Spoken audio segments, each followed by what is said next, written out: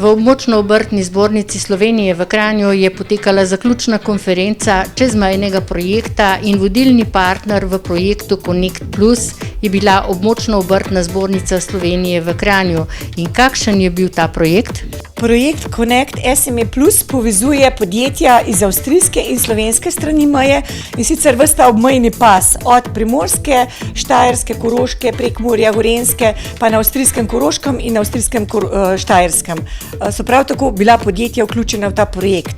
In sicer smo zbrali skupaj 45 podjetij, ki smo jih peljali skozi določene oblike sodelovanja, izobraževanja in tako naprej.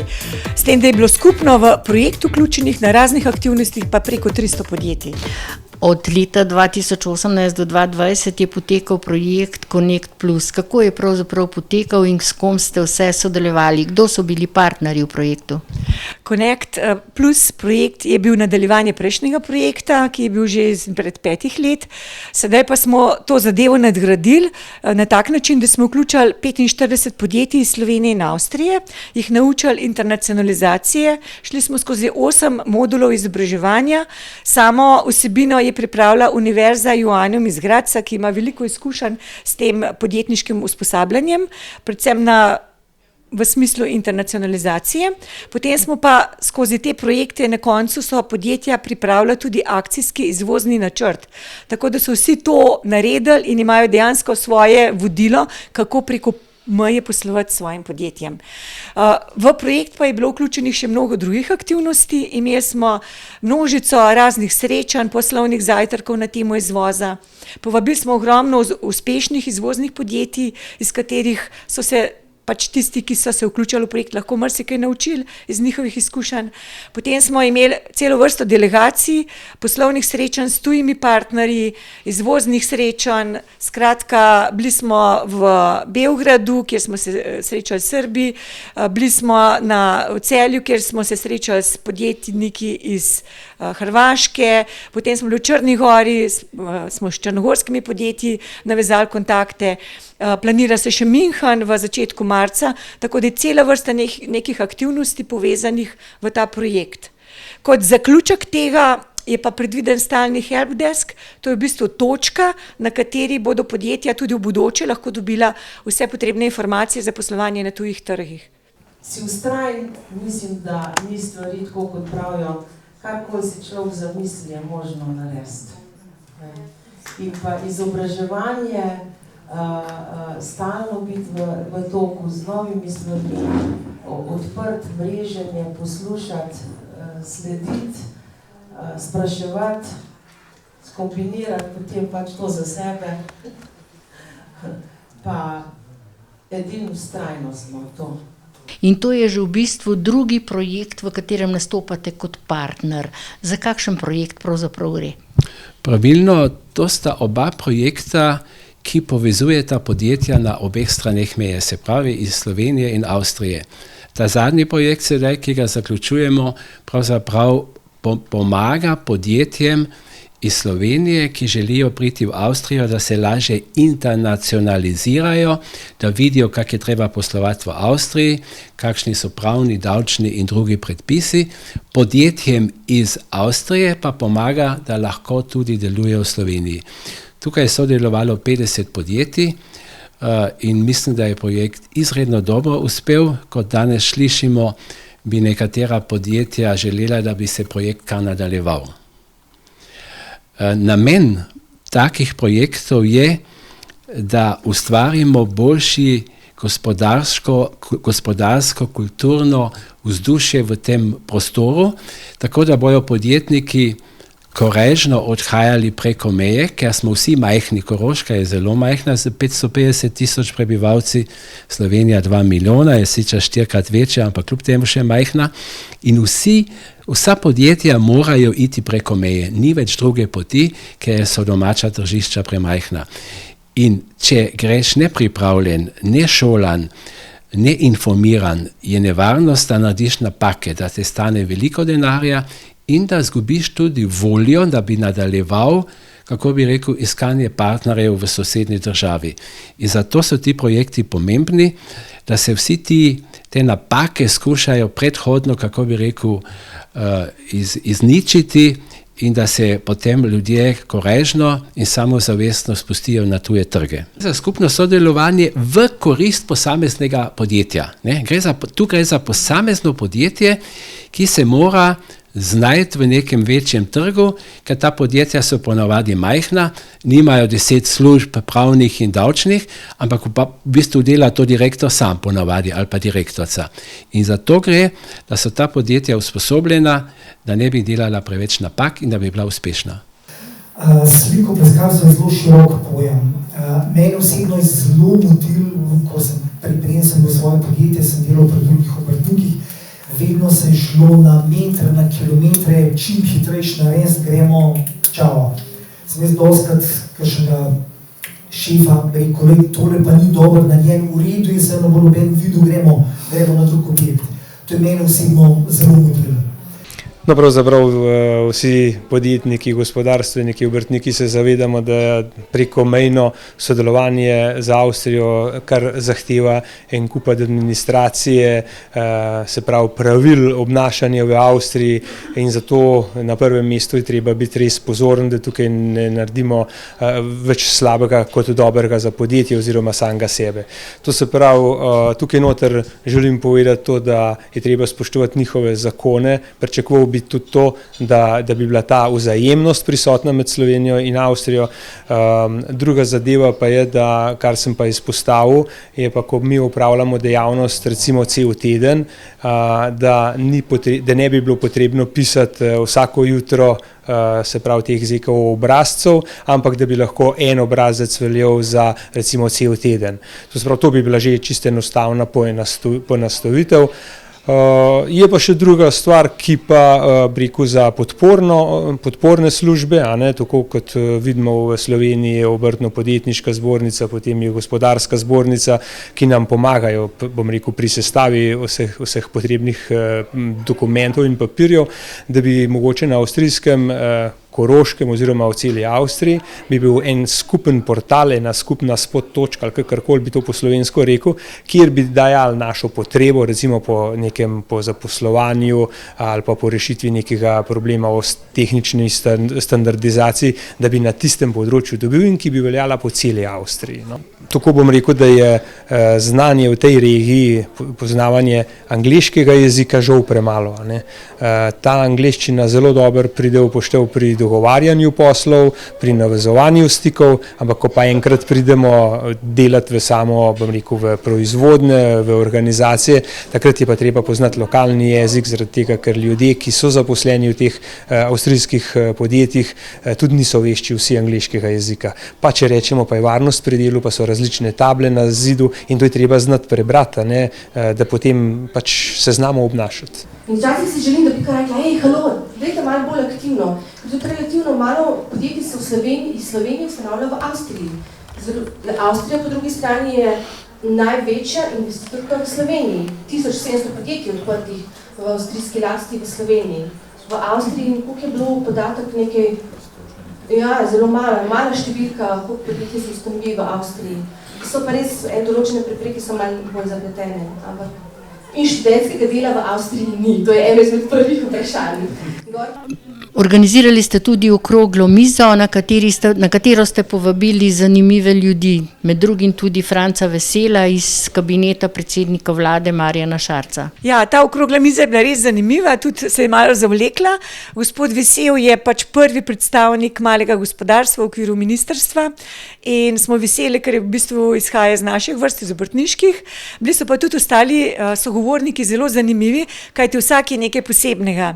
Franc Vesel je že tako ali tako izhaja iz obrtništva, potem Lotrič, Miroslav je prav tako Marko Lotrič, uspešen podjetnik, tudi podjetje ima tudi v Avstriji. Potem smo povabili tudi gospoda Sandija Gorečana, obrtnika leta. Na obrtne zbornice v Kranju smo zelo ponosni, da smo dobili prvega obrtnika leta, ki je iz naših vrst, iz Kranja. Potem je bil pa na okrogli mizi tudi gospod Kokelj.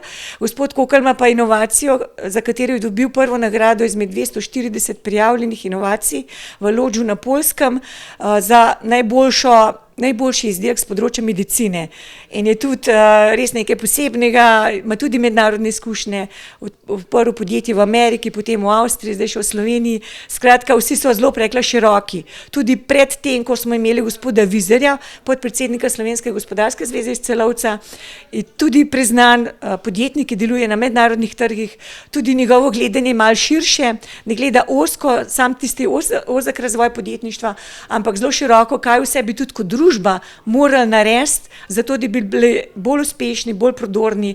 Poudarjajo predvsem povezovanje, se pravi preko meja, ne samo na gospodarskem, tudi na drugih področjih, kajti vemo, da podjetništvo, obrtništvo zadeva tudi izobraževalni sistem, zadeva infrastrukturo, znanje jezikov, cela vrsta stvari je, ki tudi v sklopu tega projekta se pokazala, da je prav, da istočasno tudi ta vprašanja rešujemo in se povezujemo. Jaz sem bil samostojni podjetnik 35 let, praktično imam 8 mesecev delovne dobe v združenem delu kot pripravnik, ki sem naredil pripravniško dobo, da sem izpolnil izobrazbo v tistem času za višjo upravno šolo, davčna smer. Ostali ves čas sem bil pa samostojni podjetnik. S to funkcijo, ki sem se pač odločil, ki sem bil povabljen, da bi sodeloval v projektu zastopanja obrtnikov, podjetnikov tudi na nivoju vlade, sem jo z veseljem sprejel, ampak nažalost je tle konflikt interesov in zaradi tega sem jaz moj SP mogel zapreti, ampak nisem ga zaprl. Sem ga samo zaprl zaradi tega, ker sem mogel. Istočasno ga je odprla moja hčerka, ki uspešno naprej vodi mojo dejavnost. Po srcu in po duši pa pravite, da ostajate obrtnik. Absolutno. Veste, ker če ti vse življenje živiš, ker tudi izhajam iz obrtniške družine, ker sta bila tako oče kot mama, sta imeli mojstrski izpit, še iz tistih starih časov po drugi svetovni vojni, ti je obrtništvo vcepljeno v kri. No, in v vašem nagovoru ste nekako poudarili, da je pomembno povezovanje še pa še. Ja, glejte, brez povezovanja, ker tudi včasih prej so bili menedžeri pomembni, danes so liderji pomembni, ker v današnji družbi, ki je v bistvu dosti napredna, ne moreš več ti nekom ukazovati, ampak moraš voditi. Tudi če se vrnemo daleč nazaj v zgodovino, v časa Kristusa, Kristus ni bil menedžer, ampak je bil lider in je ljudi vodil za sabo in zato tudi vidimo rezultate, kar pa pomeni druga plat podjetništva, obrtništva je pa vztrajnost. In poglejmo, kaj je z enega človeka danes nastalo, če pogledamo, kakšno imamo veliko klientelo krščanske cerkve. Hvala lepa.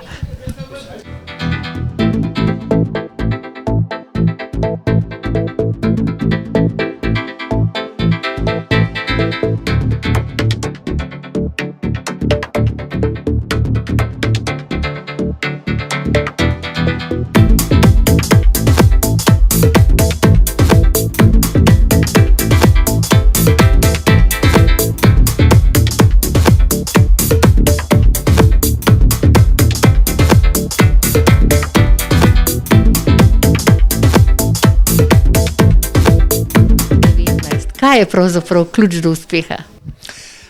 Ključ do uspeha, kvaliteta. Najbolj je to. Obrtnik mora imeti pa najprej, to se pravi, vizijo, pogum, pa tako kot sem že povedal, kvaliteta. Delati mora kvalitetno, to je najbolj važno. Začel sem z klasičnimi slikopleskarskimi deli, nikoli nismo fasade delali, smo pa z klasičnimi notranjimi slikopleskarskimi deli. Vedno sem si pa želel nekaj več dati barvam, nekaj več kakšnim umetom ali kaj takega. Tako da sem, v tem smo se pa zdaj res specializirali in štukature. To je bila tudi naša specialiteta. Ste pričakovali naziv obrtnika leta 2019? Ne, to sigurno ne. Ko so me v Kranjski obrtni zbornici izbrali, da sem kot najboljši obrtnik v tem območju, da so me tukaj iz Kranjske izbrali, sem bil zelo počaščen, ampak mi je direktorica Danica rekla, da pa želi, da bi kandidiral za slovenskega obrtnika v Sloveniji. Sem rekel, da je to ne verjamem, da sem jaz premajhen za Slovenijo. In ona rekla, da ona vidi v meni nekaj posebnega, da izstopam od klasičnih slikopleskarjev oziroma klasičnih obrtnikov. Mi smo trije, zaposleni je še enega zaposlenega, Igorja, in moj sin Peter, drugače diplomiran ekonomist, ampak že od samega začetka dela pri meni in je tudi zelo navdušen in tudi moj naslednik. Zakaj ste prav vi tisti bil izbran? Kaj je na vas drugačnega od ostalih? Jaz vem, vsi gospodje, vsi štirje ste tukaj, ste nekaj posebnega. To vprašanje bi sicer lahko komorkoli dala. Ampak nekako neka slikopleskarska dejavnost, ko preko na prvo žogo ne zgleda, da je nekaj takega, da se bi pa tak človek bil obrtnik leta. Ampak očitno nekaj je, kar je več na vas. Kaj bi bilo tisto? Kaj bi izpostavil? Tako jaz sam sebe težko ocenujem, jaz lahko povem, kaj meni stranke povejo, kaj cenijo pri nas. Jaz zmeraj zagovarjam, da se je za stranko treba vzeti čas. To je prvo pravilo. Pri nas, če rečemo stranki, bomo prišli v ponedeljek ob 8 uri, je ponedeljek ob 8 uri 100% moramo biti tam. To je prva zadeva. Pa ne bo najprej za ogled stranko, najprej poslušam, kaj bi stranka rada imela, si prostor ogledam, če dovolj stranka ji tudi svetujem, kaj se mi zdi, da bi bilo primerno v tem prostoru, potem naredimo ponudbo in ponudba, jaz sem vedno tega zagovornik, če je ponudba, karikiram, pride 1000 evrov, mora tudi na koncu biti račun 1000 evrov, ne da je tako, kot je nažalost naša folklora, 1000 evrov je ponudba, na koncu je pa 1500 ali pa 2 ali pa še kaj več, ne. To gre meni osebno zelo sem alergičen na te zadeve. Potem pa kvaliteta, pa še enkrat kvaliteta.